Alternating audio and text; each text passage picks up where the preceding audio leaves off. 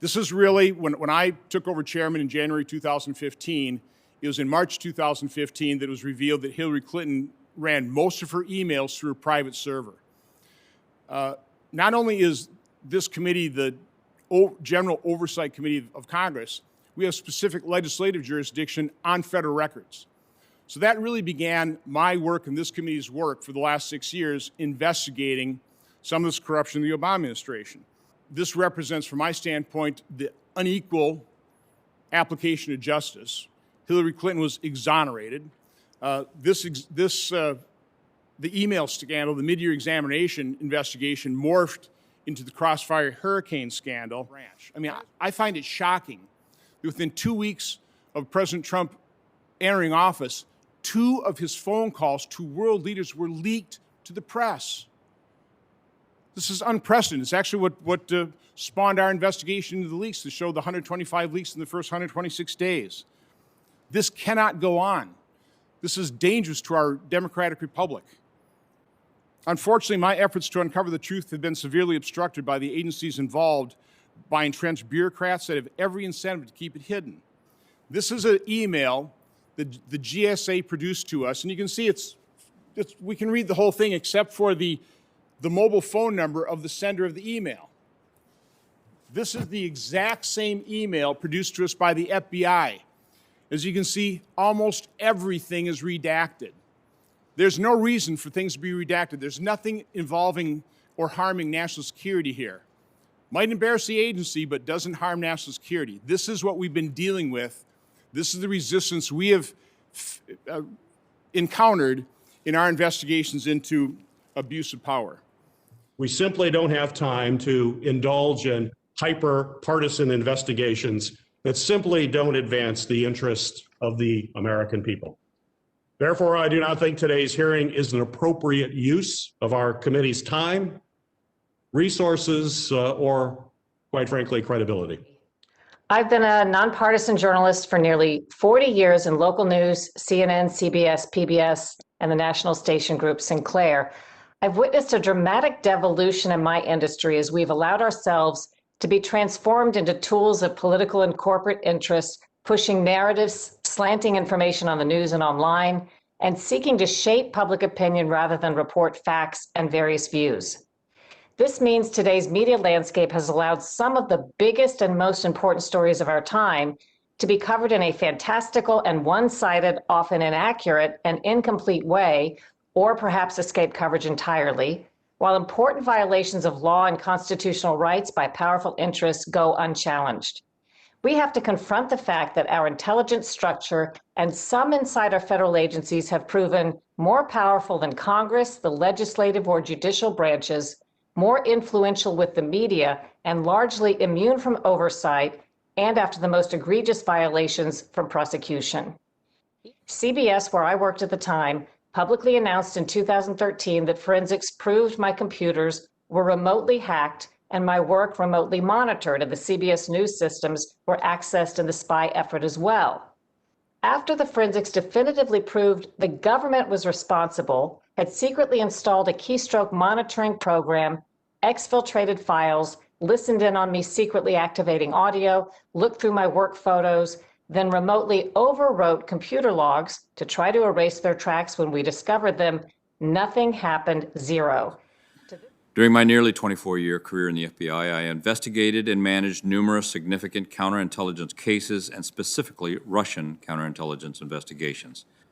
I have been speaking up at some personal risk, not for political reasons, but rather out of my concern that the integrity of the FBI and the trust that the American people have traditionally placed in the FBI have been imperiled by the faulty and reckless actions of those former FBI leaders. Nearly 4 years ago, a series of crimes were committed in full view of the public, and to date, no one has been charged. It was the one set of crimes inarguably committed during the course of Crossfire Hurricane, the FBI's investigation of Russian interference in the 2016 election and the possible involvement of the Trump campaign. For General Flynn, it was the beginning of a twisted journey forced upon him by political opponents and professional rivals, and ending only last week with a presidential pardon. For America, those leaks are the centerpiece of one of the most remarkable crime sprees in our history.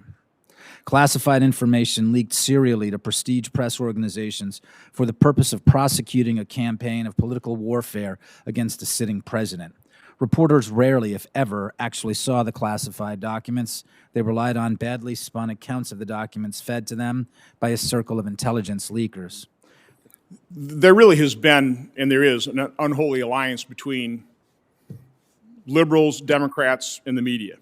One of the things I've criticized is that at the beginning of the Trump administration, many news organizations announced that they were suspending their normal ethics and standards that dictate how their news organization typically deals with things such as use of anonymous sources, that they were suspending these because they said they needed to suspend their standards to cover a uniquely dangerous president. And I've argued, and I think you've observed, that I actually think there's no more important time for us to keep our standards and ethics than when we're covering somebody that maybe we don't like or we have strong feelings about. That's what standards are for. And instead, we saw this lifting starting in the 2016 time period and this changing of everything. I come from the left. I'm familiar with left-wing bias. What we've seen the last several years has nothing to do with left-wing bias. What we're talking about now is not a normal media. It is a platform for information operations. It's not just about partisanship. I think because there's no accountability time and time again, they may say, oh, people need more training, we'll reiterate our policies. This has happened over and over again. And they know, again, from administration to administration, some of the same people, nothing ever happens to them, so the behavior doesn't change. This is not the FBI I knew or worked in. This is not the FBI agents who work tirelessly, and analysts and other support personnel who work tirelessly every day. This was a hijacking of the FBI. I think you all understand that I've not gotten a great deal of support for these investigations over the last 6 years. I think the attendance of this hearing shows that. Now, Congress is a paper tiger. The reason these people aren't held accountable is there's no way to hold them accountable. Who investigates the investigator? Who prosecutes the prosecutors? That is an enormous problem.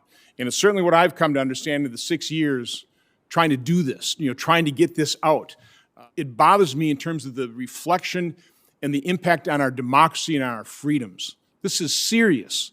And yet, we've got a couple senators attending this hearing. And I've got my ranking member saying this isn't even an appropriate hearing for this committee to have. There's the problem. Senators. Crossfire Hurricane was a case that was opened against U.S. citizens and members of a presidential campaign. Unprecedented. Never been done before. You would think it would be handled with care, marked all over that decision-making process, but it doesn't appear that way. So they literally took fourth-hand information. The FBI received information from a friendly foreign government, which we now know to be Australia, who in turn had a conversation with George Papadopoulos, who in turn received information now known through Joseph Mifsud that the Russians had suggested they had information damaging to the Clinton campaign. I'm not sure how you rally all of that together to make sufficient predication for opening even a preliminary investigation, a limited investigation. They went ahead and opened a full investigation, which gave them the ability to use all of the FBI's investigative powers against U.S. citizens. So I think Congress needs to first investigate, have all the access to all the information, and then if we see potential criminal activity, we refer those cases to the Justice Department. If there's a conflict there, then you set up a special counsel. So we've done this completely backwards, and here we are 4 years later, and we're only now starting to uncover the extent of the corruption. And the corruption is incredibly troubling. It should have troubled every member of Congress, every U.S. senator, every member of this committee, but it obviously doesn't. Because apparently corruption is partisan.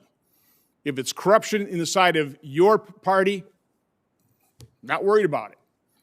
I'm worried about it regardless. What we're looking at in the media now is not simply about partisanship. They are serving as a platform, as a sword and shield for the oligarchs. You're absolutely correct. And if you look at the major Washington media press organizations, the Washington Post and the Atlantic, this is precisely what's going on. The problems I track have more to do with outside influences, both political and corporate, understanding the first 2 decades of this century, very clever ways to get their nose under the tent at news organizations and get their people hired and use nonprofits and LLCs and crisis management firms and global law firms to shape what we do effectively and shape the terms of what we talk about, the language we use, the stories we don't report. And I want to thank all the witnesses for just what you do in your careers. You know, what you've contributed to our republic, and as Benjamin Franklin so famously said, it's republic if we can keep it.